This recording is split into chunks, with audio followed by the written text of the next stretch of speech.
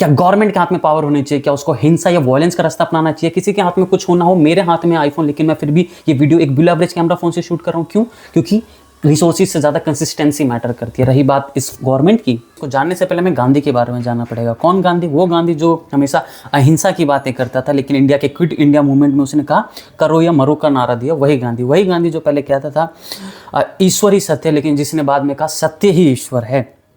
इन सब के बावजूद आगे चल के माना जाता है कि जीसस क्राइस्ट के बाद सबसे ज़्यादा जो किताबें हैं वो गांधी के ऊपर लिखी गई।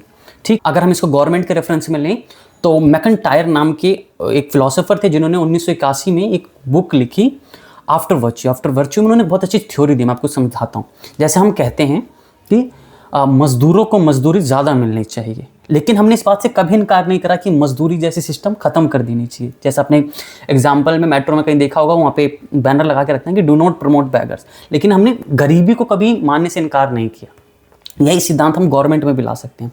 जब हो चिन मिन एक वियतनामी सोशलिस्ट एक्टिविस्ट थे, उन्होंने गांधी के बारे में क्या कहा? उन्होंने गांधी के बारे में कहा गांधी इसलिए सफल हुए क्योंकि उस समय ब्रिटिशर्स का राज था। अगर वही फ्रांसीसिस का राज होता ना इंडिया पे, तो गांधी को भी आज़ादी नहीं मिल पाते, वो जितना धरना कर देते। ऐसा हो चिन मिन ने कहा, क्योंकि फ्रांसीसी बहुत ही क्रूअल थे। ब्रिटिश तो उनके मुकाबले कुछ नहीं थे। इसलिए जब लोकल गवर्नमेंट को भी, जब गवर्नमेंट को पता है कि सामने वाला नहीं मान रहा है, तो उसको रास्ता अपनाना ही पड़ेगा वायलेंस का। अगर तुम गवर्नमेंट के खिलाफ जाओगे, उसको भी अपनी सरकार बचानी है, तो डंडा तो उठाएगा ही।